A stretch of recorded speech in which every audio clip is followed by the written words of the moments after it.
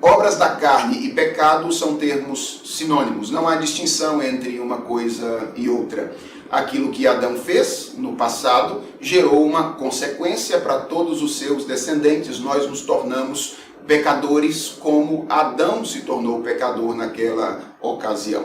Na verdade, há um sentido no qual nós inclusive somos diferentes de Adão, porque Adão não nasceu com natureza pecaminosa. Adão tinha livre-arbítrio, ele tinha uma natureza perfeita, mas tinha a possibilidade de desobedecer a Deus como ele o fez. Nós não, nós nascemos com a natureza contaminada, a natureza pecaminosa, nós somos pecadores de nascença e regularmente ou originalmente nós somos dirigidos por essa natureza. Há uma questão que me preocupa nessa pergunta, que é o entendimento do termo carne.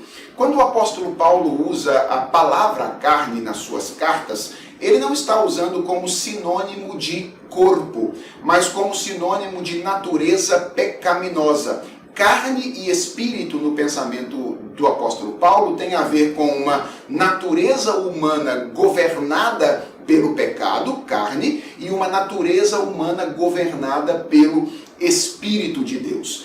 E não com uma parte, metade da pessoa, para um lado ou para o outro.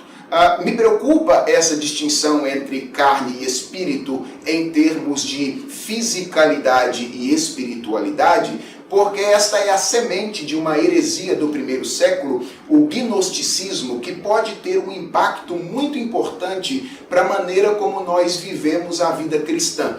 Os gnósticos diziam que o espírito ou a nossa dimensão espiritual é boa, enquanto a nossa dimensão física é ruim.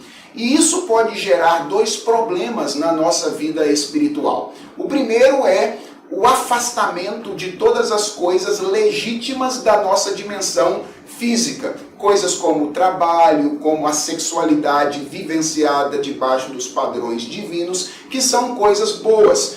Alguns gnósticos lá no primeiro século se afastavam de todas essas coisas sob o argumento de que elas são necessariamente ruins, para viver de maneira monástica, dedicando-se à vida espiritual. E, obviamente, perdiam muito da relação com Deus, com os outros e com o mundo, deixando de lado as coisas relacionadas à dimensão física.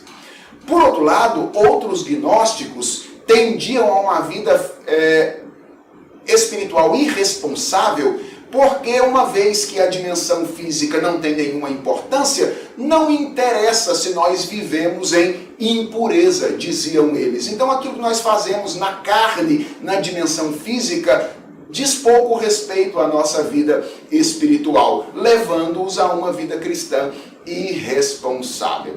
Quando Deus nos transforma, nós somos transformados por inteiro, assim como o pecado nos afetou por inteiro.